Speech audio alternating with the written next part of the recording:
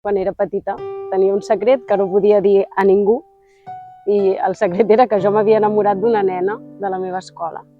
Tota la meva vida he anat buscant on era el meu lloc. El meu pare va néixer allà i va ser vicari de Migjorn durant molts anys, era capellà. A mi m'ha costat molt arrelar i ho he buscat tota la vida.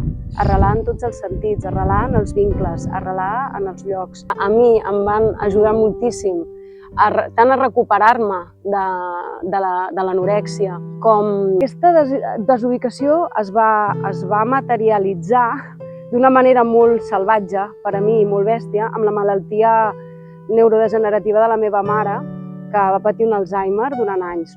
I després de tot aquest recorregut, el que sé és que la literatura és un espai de llibertat absoluta i justament no s'ha d'escriure amb por.